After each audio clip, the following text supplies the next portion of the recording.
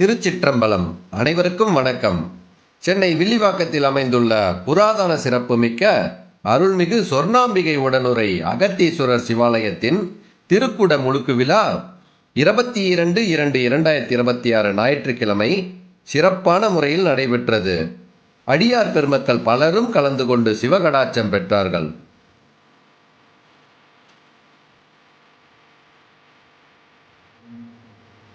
வில்வாரண்யம் என்ற புராதன பெயர் பெற்ற இந்த தலத்தில் அகத்திய பெருமான் வில்லாளவன் என்ற அரக்கனை கொன்ற தோஷம் நீங்க இங்கு ஒரு வில்வ மரத்தின் அடியில் சிவலிங்கம் பிரதிஷ்டை செய்து வழிபட்ட ஸ்தலமாதலால் இந்த தலம் வில்வாரண்யம் என்ற பெயர் மருவி தற்காலத்தில் வில்லிவாக்கம் என்று பெயர் பெற்றுள்ளது.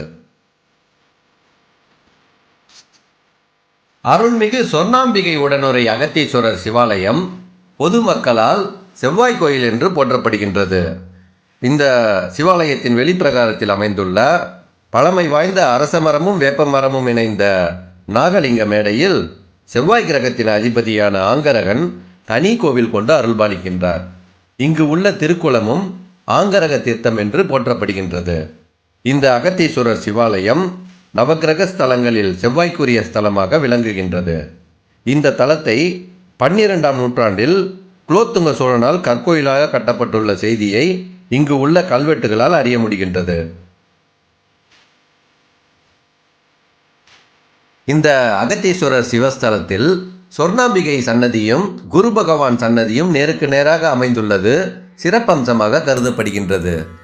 இத்தகைய அமைப்பை பிற ஸ்தலங்களில் காண்பது அரிதாகும்.